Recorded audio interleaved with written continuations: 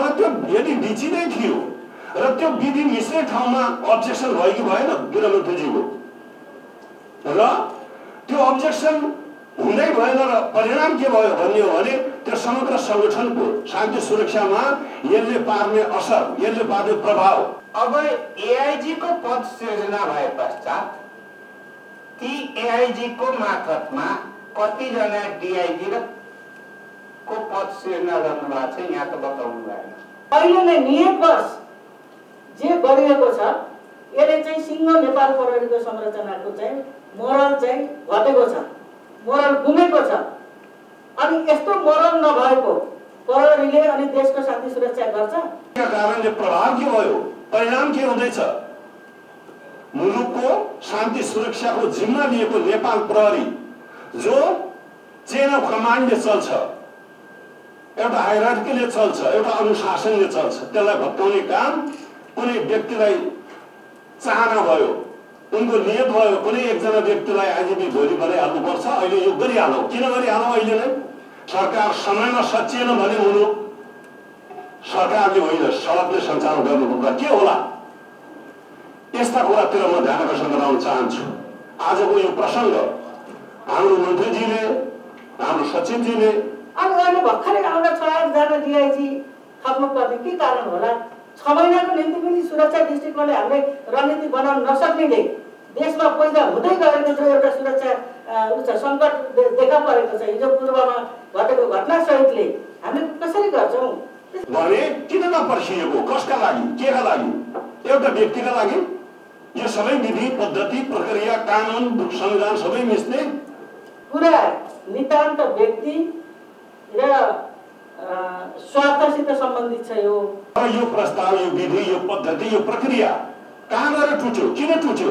अहिले जुन एआईजी को पद र सिफारिस पनि नभएको र गृह मन्त्रालयबाट प्रस्ताव पनि नलगिकन गएको कुराहरू यसले विधि भत्काउने गर्छ। त्यो एउटा ठाउँको विधि भत्किने होइन, समग्रलाई नै यसले असर गर्छ, संरचनालाई नै असर गर्छ भन्ने हिसाबबाट यसलाई अहिले कार्यान्वयन नगर्नको लागि, स्थगन गर्नको लागि चाहिँ निर्देशन जारी गर्छ। यसलाई विधिको शासनमा लैजाउँ भन्ने आशयले आयो जस्तो मलाई लागेको छ। विधिको शासन भनेपछि मुख्यतः देशको हकमा संविधानको सर्वोच्चता र कानुनको राज, संवैधानिक सर्वोच्चता र कानुनी राजलाई नै विधिको शासनको रूपमा व्याख्या गर्नुपर्छ र पद्धतिसङ्गत ढङ्गले राज्य व्यवस्थाका सबै अङ्गहरू चल्नुपर्छ भन्ने मलाई लागेको छ। यस सन्दर्भमा गृहमन्त्रीज्यूले आएका उजुरीको बारे केही कुराहरू यहाँ राखिसक्नुभएको छ।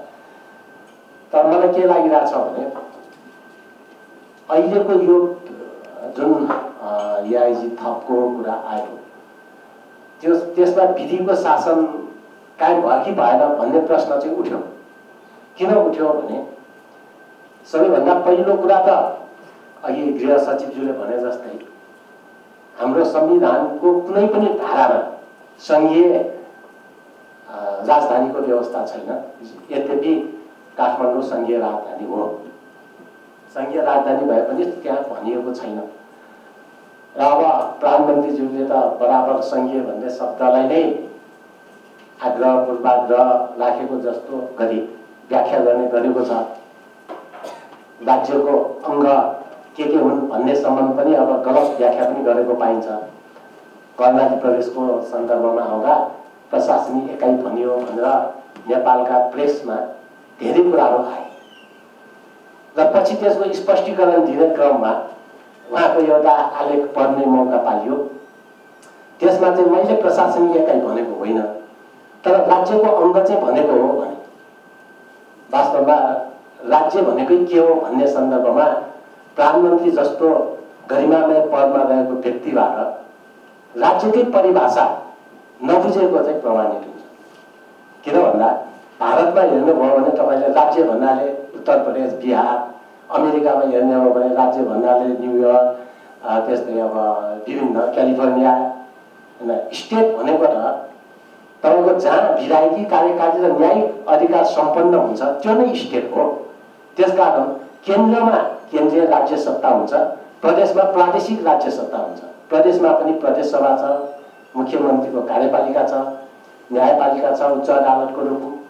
यस हिसाबले कुनै पनि प्रदेशहरू राज्यका अङ्ग होइनन्, स्वयं राज्य नै हो।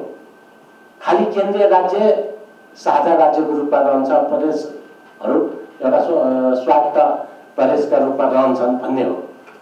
अब त्यस हिसाबले उहाँले सङ्घीय लोकतान्त्रिक गणतन्त्रको नाम पनि फेर्नका लागि प्रयास गर्नुभयो।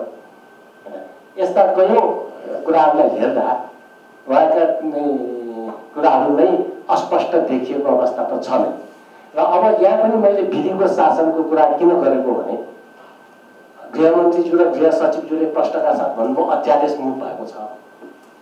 अनि अध्यादेश चाहिँ जारी भयो त भन्दाखेरि अध्यादेश जारी भएको छैन होइन। अध्यादेश जारी हजुर यसबारे अब अध्यादेश जारी भएको छ भने पनि अध्यादेश जारी गरेर शासन चलाउनु ठिक हो कि होइन, यी प्रश्नहरू छन्।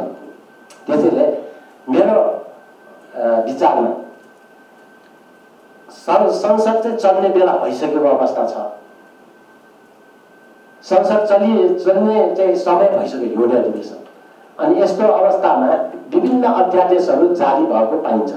अध्यादेश भनेको नगरी नहुने, आज जारी गरेन भने भोलि समस्या हुन्छ होइन। त्यस्तो केसमा मात्रै, इमर्जेन्सीको केसमा मात्रै अध्यादेश जारी गर्ने व्यवस्था हाम्रो संवैधानिक व्यवस्था हो, नभई नहुने अत्यावश्यकीय चिजमा। तर अहिले चाहिँ त्यस्तो अत्यावश्यक विषय नभए पनि प्रचलन अनुसार वा चलन चल्तीमा चलिरहेकै व्यवस्थामा पनि यो जारी नगरे भोलि नै आकाशै खस्छ कि भन्ने हिसाबले चाहिँ फटाफट अध्यादेशहरू जारी गर्ने र अध्यादेशबाट शासन गर्ने कुराहरू हुन गयो। त्यसकारण यो विधायकी अधिकार वा व्यवस्थापिकाको अधिकारलाई माइनस गर्ने खालको जुन चिन्तन देखा पर्यो त्यो चाहिँ सरकारको एक किसिमबाट चाहिँ सर्वसत्तावाद भनौँ, एक किसिमको अधिनायकत्व लागू गर्ने किसिमको क्रियाकलापहरू हुन गयो। त्यसैले यसरी चाहिँ संसदलाई छल्ने, अध्यादेशहरू जारी गर्ने, समयमा संसद नबनाउने जुन कामहरू भइरहेको छ यो कुरा चाहिँ तत्काल अन्त्य हुनुपर्छ। त्यसैले गृहमन्त्रीज्यू मार्फत मैले प्रधानमन्त्रीज्यू र मन्त्री परिषदको कार्यालयलाई पनि यो अनुरोध गर्न चाहन्छु। र अब यतापट्टि चाहिँ अहिले जुन वैधानिकका कुराहरू आए त्यो पनि उहाँको कुरा सुन्दा गृह मन्त्रालयबाट वैधानिक भएर गएको रहेनछ भन्ने प्रश्न भयो। किन प्रश्न भयो भने गृह मन्त्रालयबाट त्यो चाहिँ डिआइजीहरू मात्रै पठाइएको थियो र प्रशासनिक समितिले चाहिँ थपेर पठाएको भन्ने कुरा चाहिँ मन्त्रीज्यू र यता सचिवज्यूको कुराबाट चाहिँ प्रश्न आएको छ। त्यसैले मेरो विचारमा यसरी चाहिँ गर्नुपर्ने होइन। त्यसैले यो अलिकति चाहिँ विधि पद्धतिको हिसाबले पनि अहिलेको सन्दर्भमा यो वैयाम गरेर होइन र पेसागत वा व्यावसायिक कार्यदक्षता र त्यसरी नै निष्पक्षताको आधारमा यो गर्ने परम्परा थाल्नुपर्छ। र कता कता उजुरीमा उल्लेख भए जस्तै प्रदेश सभाको अधिकारहरू पनि हनन हुँदै जाने हो कि हाम्रो अहिले त अब 3 जिल्लाको कुनै संरचना त छैन हैन। हाम्रो संविधानले परिकल्पना गरेका छैन त्यस्तो।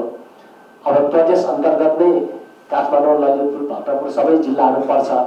यस्तो स्थितिमा अब त्यस्तो किसिमको संरचना भन्दा हिजोको संरचनाबाट अलिकति फरक ढङ्गले अब प्रदेश चाहिँ छ है भन्ने कुरालाई ध्यानमा राखेर दुवैको कोअर्डिनेसनमा नै काम त होला नै, सङ्घीय प्रहरी र प्रदेश प्रहरी। त्यस हिसाबले सङ्घीय प्रहरीले आफ्नो कार्यक्षेत्रहरू निर्धारण गर्दाखेरि पनि प्रदेश प्रहरीका वा प्रदेशका चाहिँ साथीहरूसँग छलफल गर्ने र प्रदेश सभाको अधिकार हनन नहोस् भन्ने कुरामा पनि ध्यान दिने। कतिपय सवालहरू चाहिँ सङ्घीय सरकारले मात्रै अध्यादेश जारी गरेर लागू हुन सक्दैन।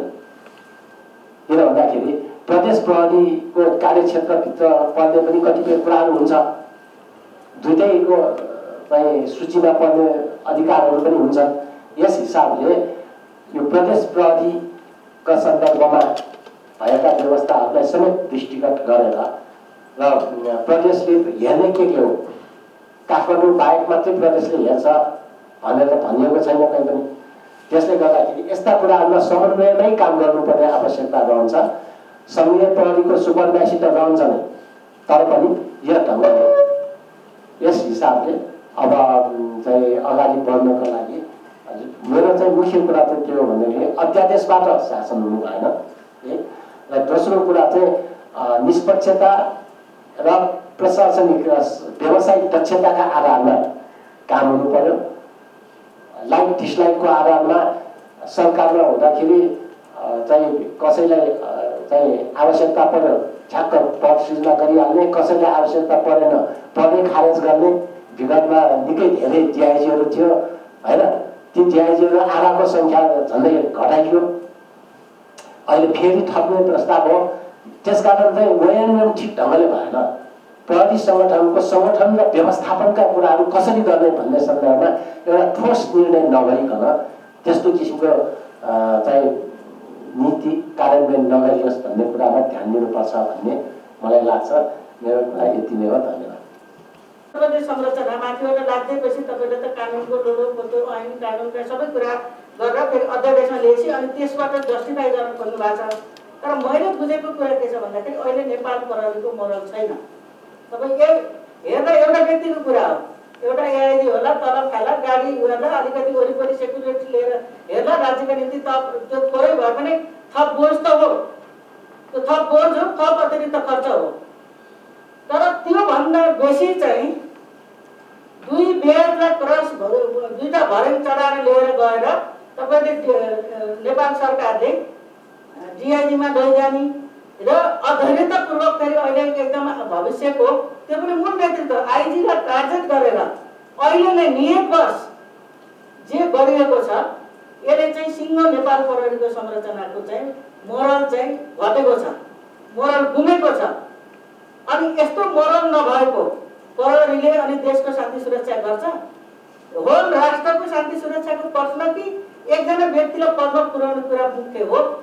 यसको चाहिँ बडो गम्भीर ढङ्गले सोच्न जरुरी छ। सबैलाई बाध्यात्मक होला, सचिवज्यूलाई मन्त्रालयको, मन्त्रीज्यूलाई क्याबिनेट र प्रधानमन्त्रीको आदिको होला दबाब।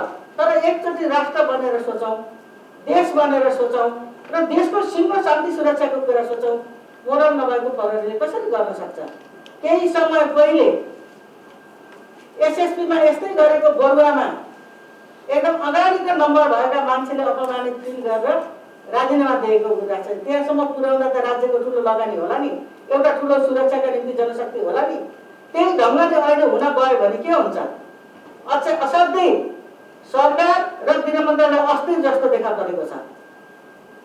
केही समय असारमा मात्रै हो कि 18-20 जना डिआइजी हुनुपर्छ भन्दाखेरि एक 12 भन्दा हुन्न, 13 भन्दा हुन्न, 14 भन्दा हुन्न भनेर अर्जी लिने।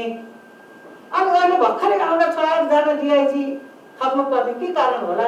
6 महिनाको निम्ति पनि सुरक्षा दृष्टिकोणले हामीले रणनीति बनाउन नसक्नेले देशमा पैदा हुँदै गएको जो एउटा सुरक्षा सङ्कट देखा परेको छ हिजो पूर्वमा घटेको घटनासहितले हामीले कसरी गर्छौँ?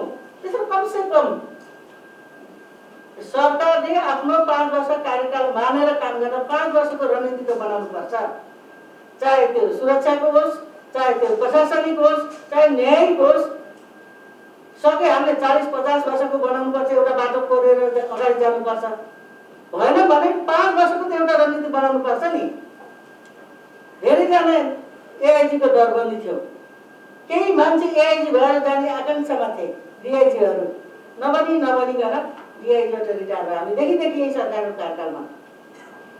त्यसपछि फेरि डिआइजीको दरबन्दीको कुरा आयो अनि 18-20 त चाहिन्छ भन्ने प्रहरी संरचनाको नेतृत्वले लजिक गर्दा आफ्नो तर्क प्रस्तुत गर्दा जम्मा 13-14 जनाको कति अस्ति असारमा प्रमोसन गरेको। अहिले मङ्सिर आउँदा फेरि 6-8 जना किन चाहिन्छ? त्यसो गर्दा अलिक दीर्घकालीन सोच राखौँ। कमसे कम सरकारको 5 वर्षको कार्यकाल अनुसारको त कार्यनीति रणनीति बनाऊ। यसले चाहिँ स्वयं सरकारलाई पनि एउटा अलि स्थिर सरकार देख्ने विश्वसनीयतामा पनि कतै न कतै आशंका पैदा हुने र मुख्य गरेर नेपाल प्रहरीका संरचनाहरू पनि अस्थिर देखा पर्ने र अझ त्यसमा पदोन्नतिमा एउटा स्वाभाविक प्रक्रियाबाट अगाडि पेसागत दक्षता कार्यकुशलताका आधारमा स्वाभाविक नगरेर एकैचोटि भर्याङ चढेर होइन लिफ्ट चढेर दोस्रो तला नगरेर एकैचोटि तेस्रो चौथो तला पुर्याउने जे काम गरिएको छ एकजनालाई पुर्याउँदा 50,000को मोरल चाहिँ मा पार्ने प्रभाव र त्यसले शान्ति सुरक्षामा पार्ने प्रभावलाई चाहिँ ख्याल गर्नुपर्छ भन्ने मेरो सुझाव छ। यो मेरो प्रहरी सङ्गठन र अहिले आएका अध्यादेशबारे। त्यसपछि हाम्रो चल्दैको 22 गतेका निम्ति बैठकको सेड्युल तोकिएको असारको संसद अधिवेशन एकाएक हठात ढङ्गले त्यो संसद अधिवेशन रोक्ने अनि संसद अधिवेशन हिउँदे अधिवेशन मङ्सिरतिरकै डाक्नुपर्ने अधिवेशन डाक्नेतिर तयारी नगर्ने अनि अध्यादेश ल्याउँदै शासन चलाउँदै अध्यादेश ल्याउँदै शासन चलाउँदै सँगै लोकतान्त्रिक गणतन्त्रको यो मर्म पनि हुन सक्दैन। मैले नेपाल सरकारलाई छिटो हिउँदे अधिवेशन आह्वान गरियोस् भन्ने कुरा पनि म अपिल गर्न चाहन्छु। धन्यवाद। माननीय श्री दिलेन्द्र प्रसाद कुरा सत्य नै रहेछ भन्ने मलाई लाग्यो।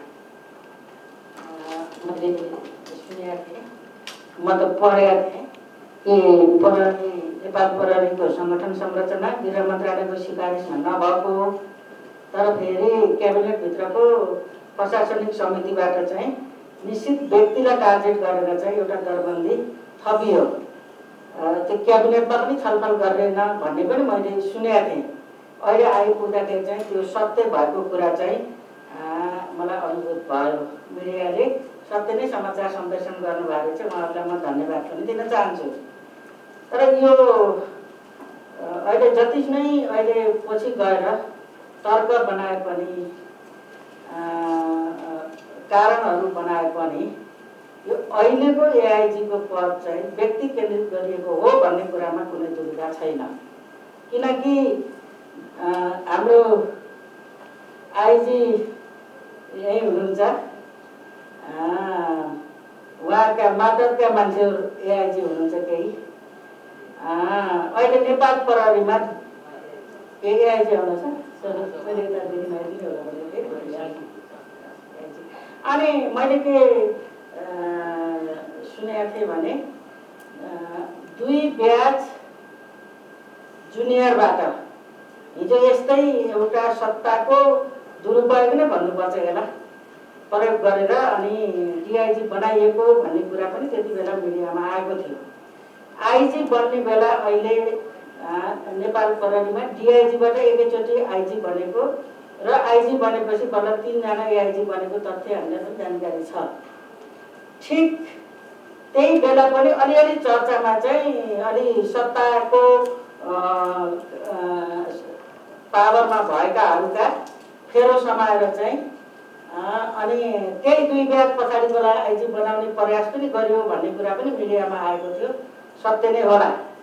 तर पछि आइजी बनेपछि 3 जना एआइजी त पुरानै डिआइजीहरू हुनुभयो र 2 ब्याच क्रस गरेर 2टा भर्याङ चढेर आउनेको नभएको कुरा चाहिँ मैले सुनेको थिएँ। अब अहिले आइपुग्दाखेरि न नेपाल प्रहरीले आफ्नो सङ्गठन संरचना मात्रै कुरा राखेको छ, न गृह मन्त्रालयले राखेको छ, न क्याबिनेटमा नै निर्णय भएको छ।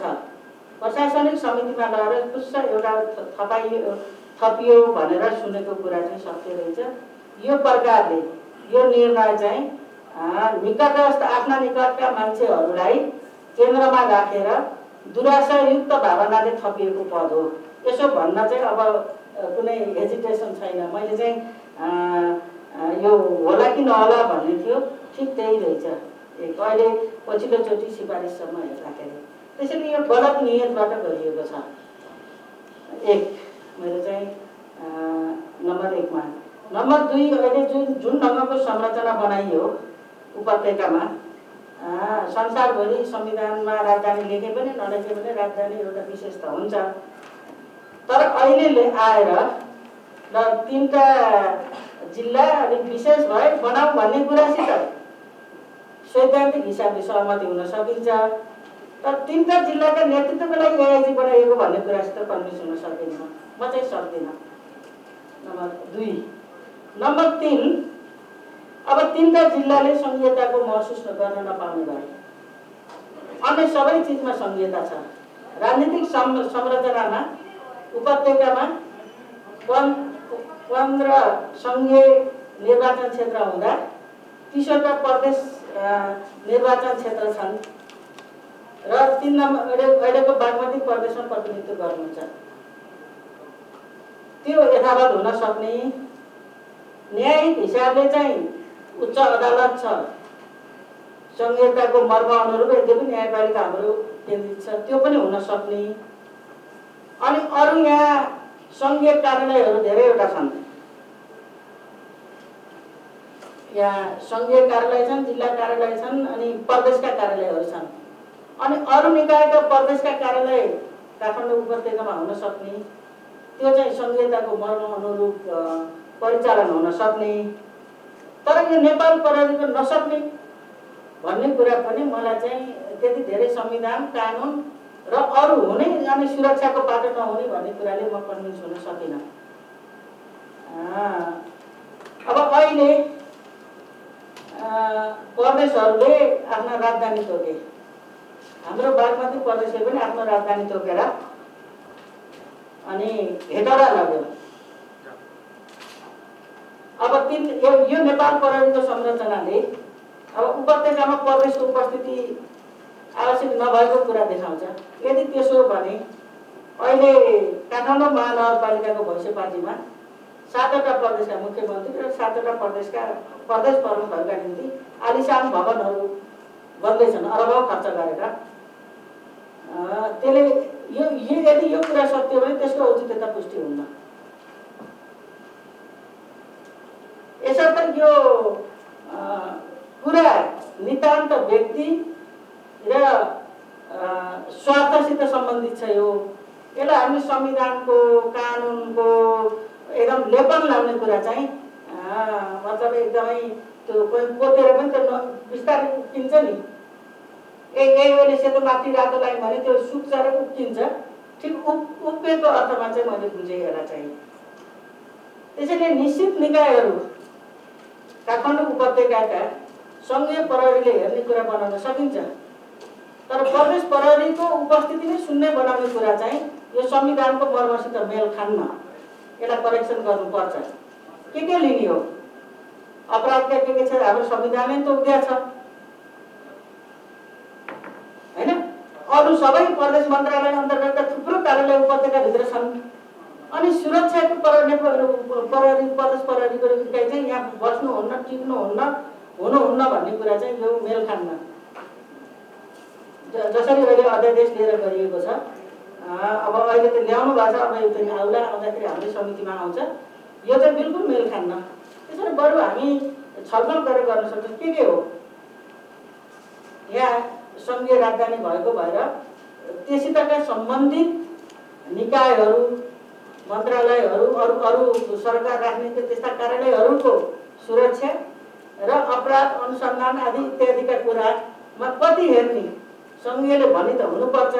तर प्रदेश प्रहरीको शून्य उपस्थिति गराउने कुरा चाहिँ बिस्तारै यहाँ सङ्घीयता बारेमा जुन ढङ्गका अहिले क्वेसन उठेका छन्, सरकारको नेतृत्वबाट दिएका अभिव्यक्ति र अनि त्यताप्रति पनि क्वेसन उठेको सन्दर्भमा यो के बाख्रो हराउने बाघ कराउने जस्तो तादाम्यता नहोस्।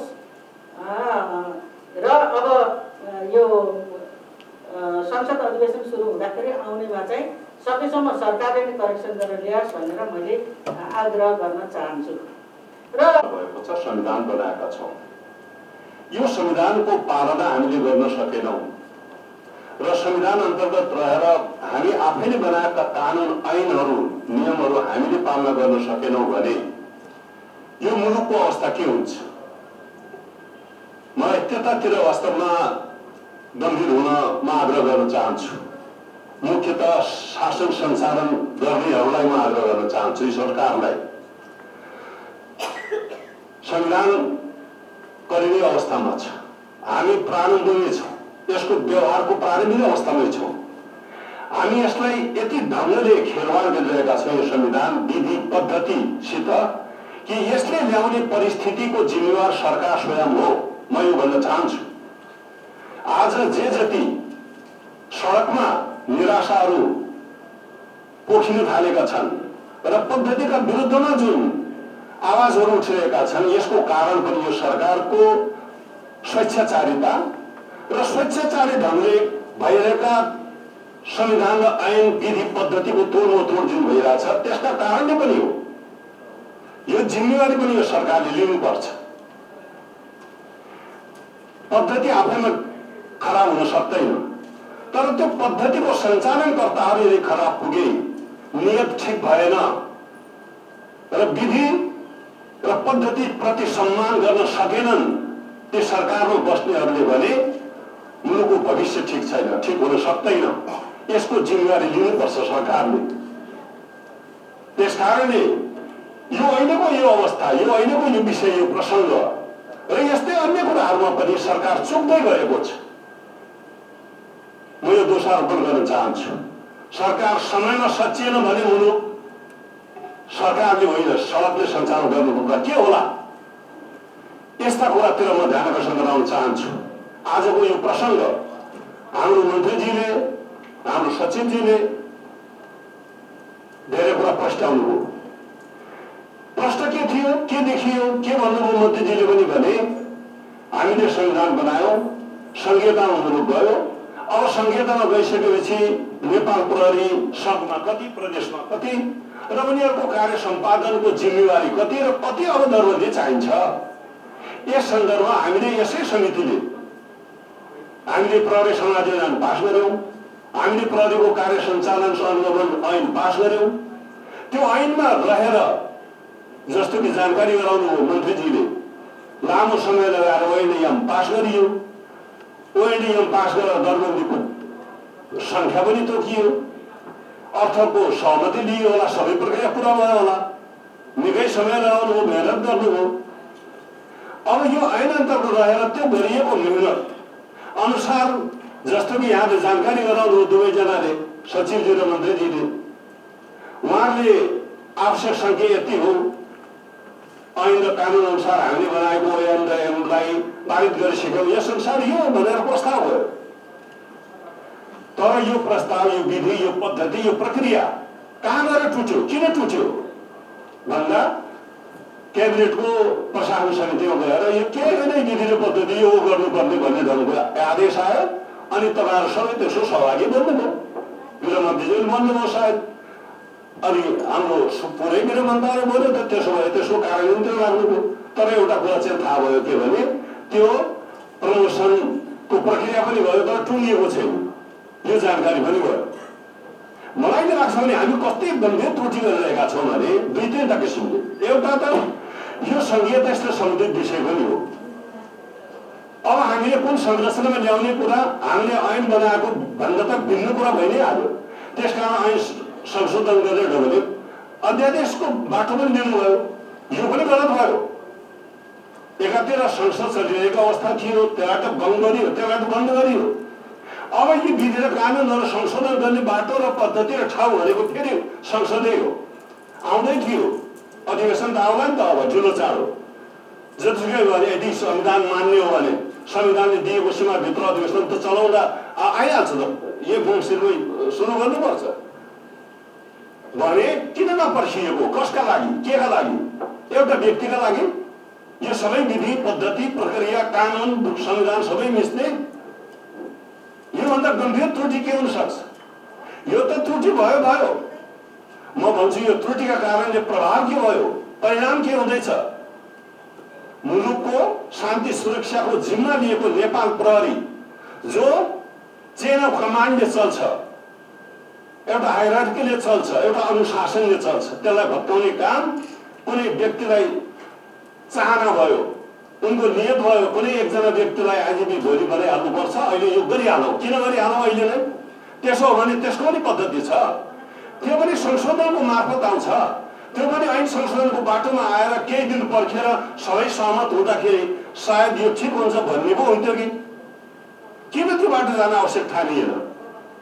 त्यसकारण नियत ठिक छैन र यो नियत चलाउने ठाउँ यो क्याबिनेटलाई दिनु हुँदैन, क्याबिनेटमा त्यो समितिलाई दिनु हुँदैन। त्यो समितिले जे गरेको छ गलत गरेको छ।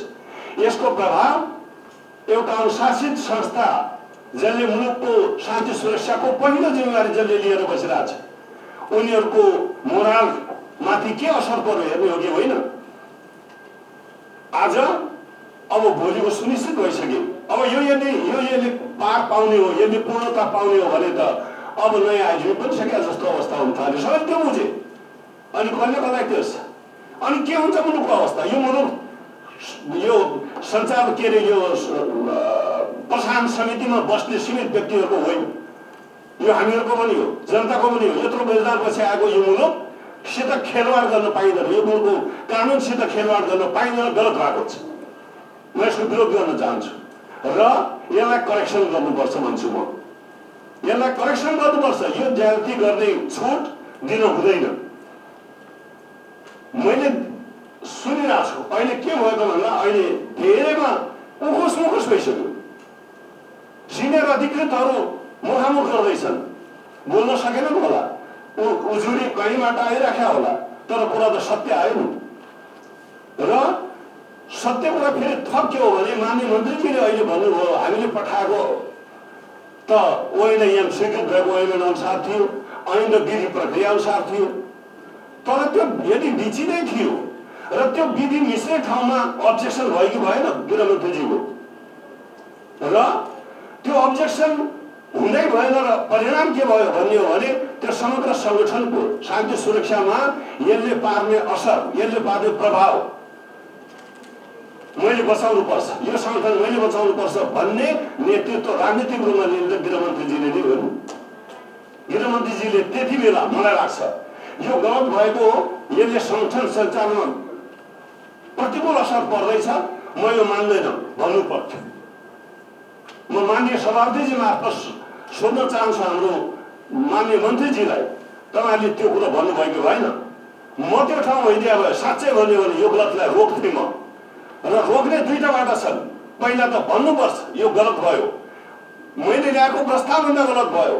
लामो ठुलो बहसपछि हामीले यही समितिबाट पास गरेको ऐन, त्यही समय ऐन अनुसारको तपाईँहरूले गरेको मेहनत ओएनएम यसलाई मिच्न भएन। आज एउटा प्रदेशको चिफ डिआइजी हुन सक्छ, 3 जिल्लाको प्रमुख अहिलेलाई त त्यसै राखेर चल्न सक्थ्यो होइन। त्यहाँदेखि आइजी चाहिन्छ, किनभने त्यो आइजी बनाएपछि भोलिको आइजीको कन्फर्म गर्नु परेको छ। के गर्नु छ अब हामीले समयमा त्यसको दुरुपयोग गरेर भने यो पनि आशंकाहरू त आइसकेका छ पेपरहरूमा। यो त सबैको मनमा नपरेको कुरा हो नि। त्यस कारणले म एउटा जबरजस्ती एउटा एक्सन यसको विरुद्धमा लिनुपर्छ र त्यसको सुरुवात गृहमन्त्रीजीबाट हुनुपर्छ। उहाँले म यो निरीह भएर बढ्न सक्दैन, मैले कानुन अनुसार ल्याएको, मैले छलफल गरेर ल्याएको, मैले चलाउने यो मेरो मन्त्रालय र मेरो सङ्गठन मैले यसो गर्ने भने म चलाउन गाह्रो हुन्छ, नैतिक रूपमा बस्दैन भने रिजाइन गर्नु पर्थ्यो। उहाँले रिजाइन गरेको भए यो करेक्सन हुन्थ्यो। त्यसकारण यसमा सहमति दिँदै गर्ने हो कि यसलाई करेक्सन गर्ने हो। म यो कुरातिर ध्यान आकर्षण गर्न चाहन्छु। यदि सङ्गठनको हित चाहने, यो मुलुकको हित चाहने, यो विधि र पद्धति बचाउने हो भने यसका निमित्त कसैले केही न केही त्याग गर्नुपर्छ, केही न केही मोराल देखाउनुपर्छ। म त्यहाँतिर पनि मलाई बडा चिन्ता भइरहेको छ। यदि त्यसो नगर्ने हो भने यो होइन अझै कति निर्णयहरू त्यसरी हुन्छन्। केही व्यक्तिले यदि यो सरकार चलाइराखेका हो, यदि गृह मन्त्रालयको जिम्मेवारी गृह मन्त्रालयको अन्तिम सहमति नलिकन भइरहेका हो भने किन त्यस्तै अरू मन्त्रालयहरूको निरीह भएर बस्ने हो? कसले चलाइरहेका छ अब यो सरकार? केही व्यक्तिको रहरले अब सबै सङ्गठन भत्तामुक्त गर्न पाइन्छ पाइँदैन। त्यसका यसलाई करेक्सन गर्ने हो भने यदि यो कार्यान्वयन भइसकेको छैन, अन्तिम चरण पुगेको छैन भने यसलाई स्थगन गर्नुपर्छ, रोक्नुपर्छ। र यो समितिमा यदि आइसक्यो भने अदरवाइज हामीले के गर्ने? खाली भएको परिस्थितिको विश्लेषण गरेर फर्किने घरमा कुनै अर्थ हुँदैन। यसलाई करेक्सन गर्नुपर्छ। विधिको शासनमा यसरी हस्तक्षेप गर्ने, यसरी सुशासनलाई समाप्त गर्ने अधिकार कसैलाई छैन, यो सरकारलाई छन् छैन। जति दिन यो सरकार सत्तामा बस्छ मलाई लाग्छ यो अब यो संविधानको भविष्य, यो मुलुकको भविष्य र शान्ति सुरक्षा गर्ने जिम्मेवारी लिएका संरचनाहरू यदि भत्किन थाल्यो भने कसले बचाउँछ? त्यो बचाउने जिम्मा त माननीय मन्त्रीजीको पनि होला नि। हामीहरू पनि साथ दिन्छौँ, हामी साथ दिन्छौँ र मुलुक बचाउनका लागि यो मुलुकको संरचनाहरू, विधि पद्धतिहरू र अनुशासित संस्थाभित्रको चेन अफ कमान्ड सहितको इन्ट्याक्ट राख्नका निमित्त संरचनाहरूलाई यदि यसमा हामीले करेक्सन गर्न सकेनौँ भने एकपछि अर्को फेरि भत्किने डर छ। म त्यसकारण आग्रह गर्न चाहन्छु, यसलाई करेक्सन गरौँ, यसलाई स्थगन गरौँ। यो अध्यादेश होइन, यो आउनु पर्थ्यो संशोधन मार्फत। अहिले पनि हाम्रो अधिवेशन आउँछ, छलफल होला। हामीले संरचना परिवर्तन गर्नुपर्ने अवस्था, संघीयतामा हामीले छुट्टै राजधानीको निमित्त गर्नुपर्ने व्यवस्था हो भने त संशोधनको बाटो आउनु परेन। संविधान फेरि संशोधनको आकर्षण गर्छ यसले र यो पोइन्ट एम समेत मास्ने र हाम्रो समाज ऐन र कार्य संचालन ऐन दुवै ऐनलाई प्रतिकूल हुने गरी ल्याइने यो जुन अध्यादेश छ त्यो पनि स्वीकार हुन सक्दैन। त्यस कारणले यसलाई विधिको शासनलाई बचाउनका लागि र अनुशासन बचाउनका लागि अनुशासित संस्थाहरूलाई इन्ट्याक्ट राखेर मुलुकको शान्ति सुरक्षा अझै प्रभावकारी बनाउनका निमित्त पनि यसलाई करेक्सन गर्नुपर्छ। बस म यो नै आग्रह गर्न चाहन्छु। हस्, धन्यवाद। भोलि फेरि आइजिपी आफ्नो ढङ्गले बनाउने गरिकन जुन एआइजी थप गरिएको छ नयाँ सदरमुकाम काठमाडौँ, भक्तपुर, ललितपुरमा विशेष सुरक्षाको दृष्टिकोणले पद सिर्जना गरिएको छ। ओएनएम सर्वेक्षण बिना चाहिँ यो प्रक्रियालाई चाहिँ तुरुन्त फिर्ता लिनुपर्छ। विधि सम्मत, नियम सम्मत र पेसागत सङ्गठन मर्यादा, मूल्य र मान्यता अनुसार मुलुकलाई चलाउनुपर्छ भन्ने कुरा छ। यसलाई पनि म समर्थन गर्न चाहन्छु। रिस आवेग मात्र पोख्ने ढङ्गले हामी चाहिँ गन्तव्यमा पुग्न सक्दैनौँ र अब कुनै पनि कर्मचारीहरू, प्रहरी, प्रशासन, सबै क्षेत्रका नियुक्ति बढुवा हुँदा कसको पालामा भयो र त्यसपछिका दिनहरूमा त्यो नियुक्ति भएकाहरूबाट देश र जनताको हित विपरीत काम भयो भने, भ्रष्टाचार भयो भने त्यो नियुक्ति गर्ने अधिकारीहरू समेतलाई जिम्मेवार बनाउने हामीले कानुनी बन्दोबस्त गर्छौँ। त्यसपछि यस्तो विवाद हुँदैन। हुनुपर्ने चाहिँ त्यो नीतिगत रूपमा र त्यस अहिले यो बहुदलीय व्यवस्था र सरकारमा पार्टीहरू जाने भने कुन पार्टीको पालामा त्यो समेत हामीले लेखाजोखा गर्नुपर्ने हुन्छ र पार्टीका नेता र पार्टीलाई पनि हामीले जिम्मेवार बनाउनु पर्ने स्थिति हुन्छ। अब विदेशमा रहे राष्ट्रपति र प्रधानमन्त्री पनि दोषी हुने कानुनी बन्दोबस्त छ। नेपालमा क्याबिनेटले डिसिजन गरेको जस्तो सुकै भ्रष्टाचारको घटना पनि त्यो सजाय भागीदार नहुने रहेछ। यो पनि हामीले विचार गर्नुपर्ने हो। एउटा अहिले एउटा व्यक्तिको बदलावको लागि हामी अल्मलिने होइन। त्यस्ता त कयौँ हुँदै जान्छ यदि हाम्रो नीति मिलेन भने। यतातिर जाउँ र अर्को अब सुशासनकै सम्बन्धित विषयमा एउटा राख्छु। 2036 सालमा भक्तपुरको हस्तकलामा आधारित परम्परागत उद्योगलाई विकास गर्न स्थानीय जनताको 71 रोपनी जग्गा अधिग्रहण गरी भक्तपुर साना उद्योग क्षेत्र स्थापना भयो र 2047 सालको सरकारले यो औद्योगिक बोझ बढ्दै गइरहेको एउटा स्थिति र प्रशासनिक बोझ बढ्नुको कारणले गर्दा विकास निर्माणमा नेपालको बजेटको थोरै मात्र अंश खर्च हुने र धेरै साधारण खर्चतर्फ बढ्दै गइरहेको स्थितिमा फेरि पनि साधारण खर्च बढाउने गरी जुन गति लिएको अहिले देखिन्छ त्यसप्रति मेरो असहमति छ। माननीय मन्त्रीज्यू, म भन्न चाहन्छु कि प्रशासनिक पदहरू कटौती गर्ने सन्दर्भमा विगतमा डीआईजी र एआईजी का पदहरू कटौती गरिएका थिए। आवश्यकता छैन भनेर माननीय मन्त्रीज्यूकै पहलकदमीमा भएको थियो र अहिले जुन एआईजी थप गर्ने कुरा आएको छ, माननीय मन्त्रीज्यूको असहमति बेगर यो पास हुनै सक्दैन, आउनै सक्दैन। किनभने प्रशासन समितिमा माननीय मन्त्रीज्यूको उपस्थिति अनिवार्य हुन्छ। त्यस कारणले गर्दाखेरि गृह मन्त्रालयको प्रस्ताव थिएन, मेरो प्रस्ताव थिएन भन्ने माननीय मन्त्रीज्यूले भन्न पाउनुहुन्न। अर्कोतिर म भन्न चाहन्छु, प्रशासन तत्त्वको भन्ने हो भने काठमाडौँ महानगरपालिकामा पहिला सचिव सडकको पद सिर्जना गरिएको थियो। आवश्यकता छैन भनेर सहसचिवमा झारिएको छ, सकारात्मक छ। अब एआईजी को पद सृजना भए पश्चात ती एआईजी को मार्फतमा कतिजना डीआईजी को पद सृजना गर्नु भएको छ यहाँ त बताउनु भएन। काठमाडौँको एआईजी को मार्फतमा कतिजना डीआईजी हुने र 3 जिल्लालाई एआईजी स्तरमा राख्नु पर्ने डीआईजी भए हुँदैन भने किन? यदि प्रदेशहरूले अहिले प्रदेशहरूमा डीआईजी को दरबन्दी सिर्जना गरिएको छ, 3 जिल्लामा एआईजी भइसके पश्चात हाम्रो स्तर मेन्टेन भएन, काम गर्न नसकिने स्थिति भयो। त्यस कारणले प्रदेशहरूलाई पनि एआईजी मै रूपान्तरण गर्ने अब प्रस्ताव मन्त्रीज्यू कहाँ दबावपूर्ण आउँछ र मन्त्रीज्यू निरीह बन्ने स्थिति हुन्छ। त्यसै कारणले डीआईजीले गर्न सक्ने तर डीआईजी अन्त गर्न सक्ने, यहाँ चाहिँ डीआईजीले गर्न नसक्ने एआईजी नै चाहिने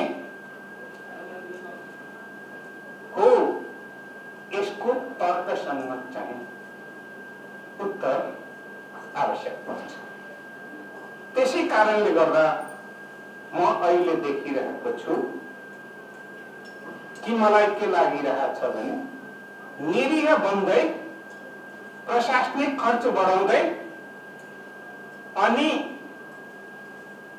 गति चाहिँ सुल्टो हुनुको ठाउँमा उल्टो गतितर्फ दोहोरिनु पर्ने स्थिति भएकोले गर्दा यसलाई पुनर्विचार गर्नु आवश्यक छ। व्यक्तिको हकमा योग्यता क्षमता पुगेपछि प्रमोसन भएर को जान्छन्, को जानु पर्छ पर्दैन भन्ने कुरा चाहिँ विधि र प्रक्रियाले नै गर्ने भएकोले गर्दा विधि र प्रक्रियामै अगाडि जानु उपयुक्त हुन्छ भन्ने मलाई लागेको हुनाले गर्दा विधि र प्रक्रिया मिचिने गरी होइन, विधि र प्रक्रियालाई चाहिँ अनुसार चल्ने गरी अगाडि बढ्नु मेरो सुझाव यही छ। धन्यवाद। कैफियत में जुन नेकाले जुन चाहिँ नेकाको हो इन्स्पेक्टर या डीएसपी यसलाई प्रमोसन गर्नु हुँदैन। त्यो राम्रो पहिला भएको छ। एउटा आज बेचारा कोही मन्त्रीले आफ्नो मान्छेलाई गरेकै होला कि गरेको छैन त्यो मलाई थाहा छैन। न्युजमा मैले पढ्दाखेरि या बिजुलीमा पढ्दाखेरि त्यो गएर पुरा न्याय गर आफ्नोले त गरेको नि। आफ्नो नेताले आफ्नो श्रीमतीलाई सभासद बनाउन मिल्ने, आफ्नो सालोलाई जीएम बनाउन मिल्ने, भाइलाई पिए राख्न मिल्ने र एउटा नातालाई आयाजी नबनाउने कुन कानुनमा छ, कुन संविधानमा छ? त्यस कारणले हामी चारैतिर ध्वस्त भइसकेका छौँ। त्यस कारणले यो रोना नरौँ। यो मिडियाको सामने मजाक छ, मिडियाको साथीहरू पनि मलाई लाग्यो के हो भने सबैदेखि मेरो विनोद अनुरोध छ कि जनताको सवालमा उठौँ, जनता र देशको सवालमा हो। यो एआईजी सीआईजी को सवालमा को एआईजी पुलिसले के हुन्छ, पुलिस त के हुन्छ जसको सरकार हुन्छ त्यतैतिर हुन्छ। हिजो कांग्रेस थियो आज कम्युनिस्ट छ। भोलि जहिले रापरवा सरकारमा छ हजुर मतलब जन्मदेखि रापरवा चाहिँ बेकारमै बीचमा कम्युनिस्ट कांग्रेसले हामीलाई दुख दिएको हो। त्यस कारणले पुलिसलाई हामीले हाम्रो चाहिँ पुलिस पावरलाई चिन्छ, पावरलाई सेल्युट दिन्छ। हामीलाई के हुन्छ नि सांसद जुत्ता पनि पुलिसले पनि हामीलाई गाली गर्छ। यसले भनेर केही हुँदैन। यदि सत्ता पक्ष एउटा सांसद छ भने यसले मलाई प्रमोसन गाडी चाहिँ पोस्टिङ दिलाइदिन्छ। म एउटा कुरा 7 दिन कन्स्टिट्युन्सी बसिरहेको छु सभापतिजी, मेरो उमेर 50 वर्ष चलिरहेको छ, मेरो लाइफ टाइम यति तस्करी भएको थिएन। मेरो गाउँ बोर्डरमा छ र मेरो निर्वाचन क्षेत्रको 45 किलोमिटर प्याच नो म्यान्स ल्यान्डसँग जोडिएको छ र अनि बोर्डर र नाउँको लागि सिल छ त यति तस्करी मेरो लाइफ टाइममा भएको छ। म 50 वर्षको जन्मेको इतिहासमा बोर्डरमै जन्मेको, त्यही हुर्केको, त्यही पढेको र त्यही किसानको छोरा हो, यति भएको थिएन। त्यो हाम्रो समितिको सरकार विषय बन्न सक्दैन, किनभने त्यो त जनताको कुरा हो। जनताको छोराछोरी एम्बुलेन्समा जाँदा पनि गाडी जान नदिने, त्यो नाका बन्द छ, के ठगी कुरा हो। दोस्रो कुरा उसले बेहुला बेहुली पनि हिँडेर जानु पर्यो, जो परम्परादेखि गर्छ, त्यसमा त राष्ट्रियता छैन। त्यो गर्ने हुँदैन। मधेसीको छोराछोरी अनि गाडीमा कसरी जान्छ आरपार बिहे गर्ने, त्यसमा त राष्ट्रियता जान्छ। त्यो राष्ट्रियताको परिभाषा पनि यहाँ बुझेकै छौँ, जनताको सरकारको कुरा बुझेकै छौँ। त्यस कारणले यो एआइजीको बढुवा न जनताको सरकारको कुरा हो, न राष्ट्रियताको कुरा हो, न यो पुलिस सङ्गठन बिग्रिने कुरा हो। बिग्रिने अलिअलि बिगारिसकेको छ, अब बनाउने कसरी बन्छ? देशै बिग्रिसकेको छ त एउटा पुलिस सम्हालेर हुन्छ? एउटा प्रशासनमा त्यस्तो यही समितिबाट ताली बजाएर हामी बजाने कि ल जम्मै समायोजन कर्मचारी समायोजन मन्त्रीजी गइसक्नु बिगार्नु, कर्मचारी समायोजन बिगारेको मन्त्रीजी यही अहिले फेरि सदस्यलाई बोलिरहेको उद्देश दिइराख्नु भएको छ र जो बिगारेको त्यसले प्रमुख आयुक्त बनेर देशलाई उद्देश दिन खोजिरहेको छ कि म नै सबभन्दा राम्रो निर्वाचन गराइदिन्छु। त्यस कारणले यस्ता कुरामा म पर्दैन। मेरो यसमा कुनै छैन, म यसमा एआइजीको बढुवा मेरो कुनै आपत्ति छैन। सरकारले जे गरेर ठिक छ, सरकार आफ्नो दिशामा गयो, सरकारको साथमा छु। सरकार जे भन्छ त्यही ठिक छ। सरकारले केही मान्नै पर्दैन। सरकार त सरकार हुने, श्री 3 सरकार हुने, उसलाई कसले छुने, किन छुने? र हामी सांसद सरकारको यसमै छौँ, पार्टीको यसमै छौँ। उसले संविधान मान्ने त हाम्रै पार्टीको सभापति कुन संविधान मान्नु भएको छ? फागुनमा मार्गदर्शन हुनुपर्ने 1 साल थपिहाल्नु बाटो त छोड्ने। त्यस कारणले नियम कानुन संविधान कसैले मान्नु पर्दैन, नेताहरूलाई त झन् मान्नै पर्दैन। नेताले अर्जेको देश हो, बिचरा जनताले दुख पाउनेको लागि जन्मे हो, दुख पाइरहेको छ, चाहे पञ्चायत चलमा होस्, चाहे दण्डमा होस्, चाहे बहुदलमा होस्। त्यस कारण धेरै उपदेशको कुरा सुन्दा मेरो कान पाकिसकेको थियो। त्यस कारणले मैले भनेको कि यहाँ आउँदाखेरि एकदम उपदेश, पदमा बस्दाखेरि त्यो उपदेशको काम गरौँ न। त्यस कारणले धन्यवाद। मान्य श्री छपट रावल।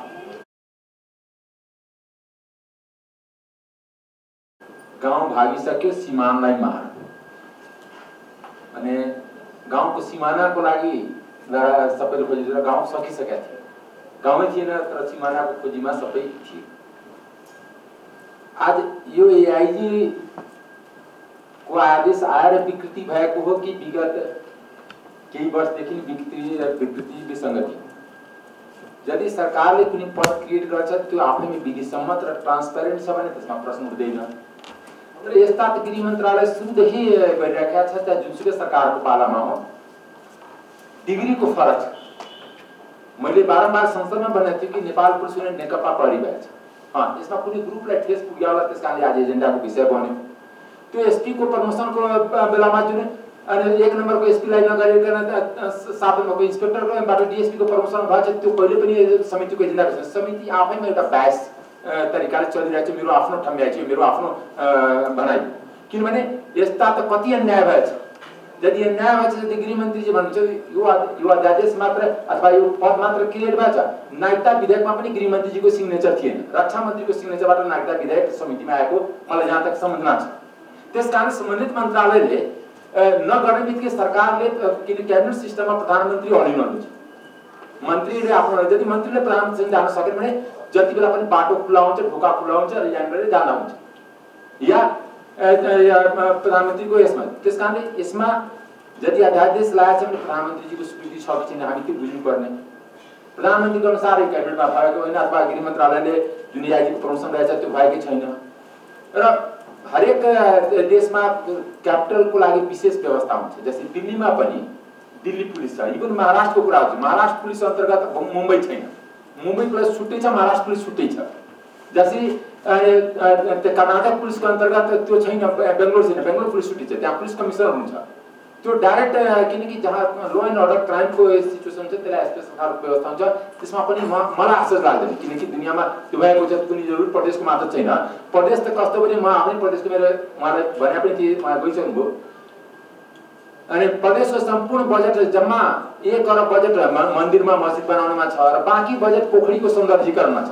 त्यही पोखरीको पानी खाएर प्रदेश 2 को जनता धनी हुनेछ र शिक्षित पनि हुनेछ। सबभन्दा खोनी प्रोपर्टी त्यही छ अनि शिक्षाको स्तर पनि देशभरिमा सबभन्दा कम 2 नम्बर प्रदेशमा छ।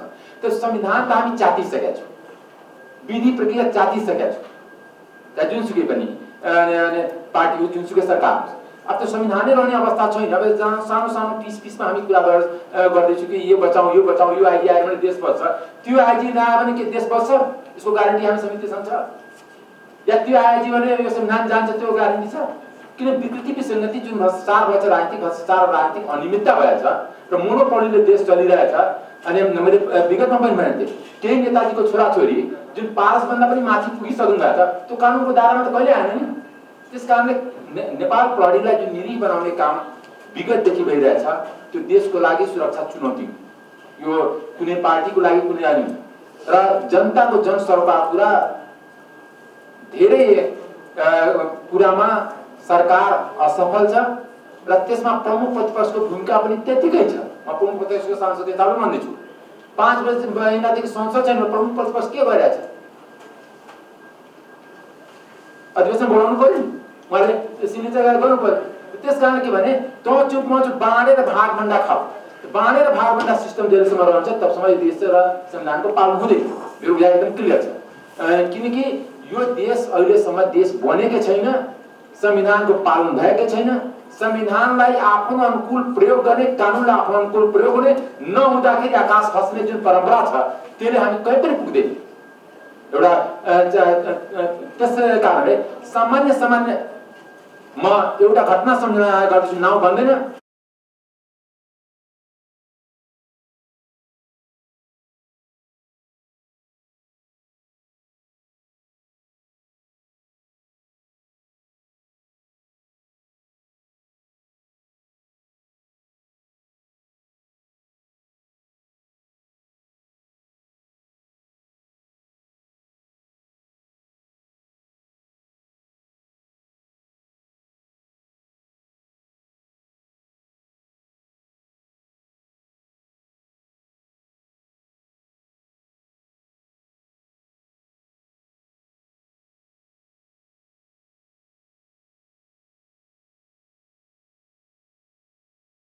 मुलुकको सार्वभौमिकता, राष्ट्रिय अखण्डता, भौतिक, आर्थिक, सामाजिक, सांस्कृतिक र मानवीय आदि सबै पक्षलाई समेट्ने बहुआयामिक विषयको रूपमा रहेको राष्ट्रिय सुरक्षाका आन्तरिक एवं बाह्य चुनौतीहरू थपिँदै गएको सन्दर्भमा मुलुकको महत्त्वपूर्ण सुरक्षा निकायको रूपमा रहेको नेपाल प्रहरीको संरचनालाई चुस्त दुरुस्त, छरितो, प्रविधि मैत्री, कुशल, मितव्ययी र उच्च मनोबलका साथ यसलाई चाहिँ अगाडि बढाउनु पर्दछ भन्ने हो। त्यसका लागि समग्र प्रहरी संगठनमा यो एउटाको कुरा भएन, समग्र प्रहरी संगठन संरचनाकै संगठन तथा व्यवस्थापन सर्वेक्षण, जसलाई हामीले छोटोमा ओएनएम भन्ने गरेका छौँ, गरेर मात्र दरबन्दी थपघट गर्नुपर्ने हुन्छ। अब अन्तर्गत सम्पूर्ण समितिका सम्पूर्ण नभनौँ केही मान्य सदस्यहरूको रिजर्भेसन रह्यो।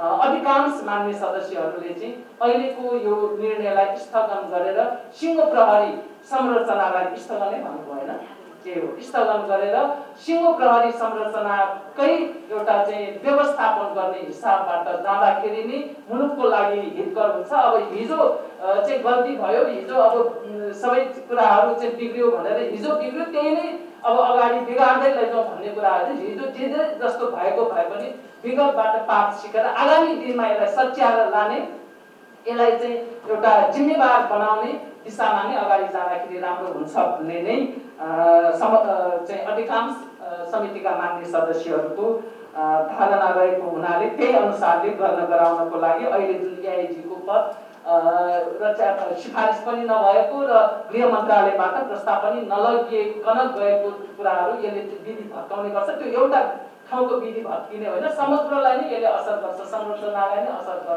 गर्छ भन्ने हिसाबबाट यसलाई अहिले कार्यान्वयन नगर्नको लागि, स्थगन गर्नको लागि चाहिँ निर्देशन जारी गर्छ।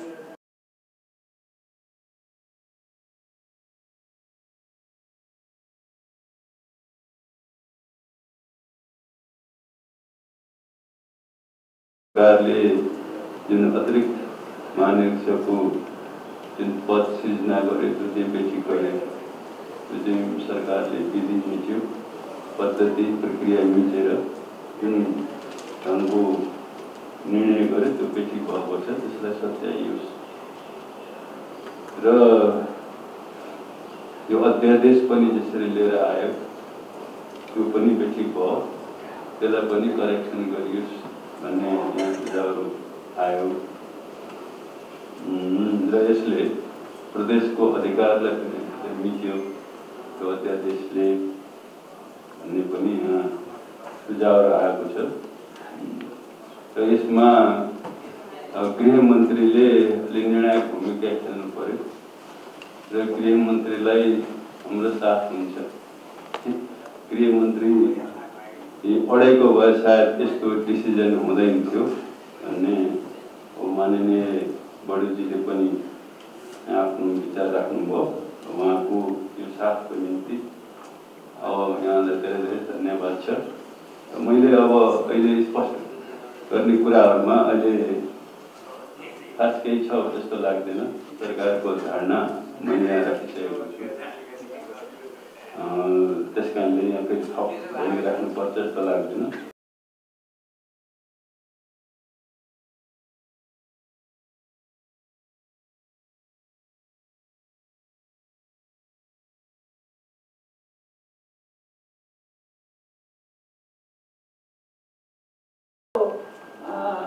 कुरा नितान्त व्यक्ति र स्वार्थसित सम्बन्धित छ। यो यसलाई हामी संविधानको कानुनको एकदम लेपन लाउने कुरा चाहिँ मतलब एकदमै त्यो कोही पोतेर पनि त्यो बिस्तारै उक्किन्छ नि। यही सेतो माथि रातो लाइन भने त्यो सुक्छ र उक्किन्छ। ठिक उक्किएको अर्थमा चाहिँ मैले बुझेँ यसलाई चाहिँ। त्यसैले निश्चित निकायहरू काठमाडौँ उपत्यकाका सङ्घीय प्रहरीले हेर्ने कुरा बनाउन सकिन्छ, तर प्रदेश प्रहरीको उपस्थिति नै शून्य बनाउने कुरा चाहिँ यो संविधानको मर्मसित मेल खान्न। यसलाई करेक्सन गर्नुपर्छ। के लिने हो अपराधका के छ हाम्रो संविधानले त उद्या छ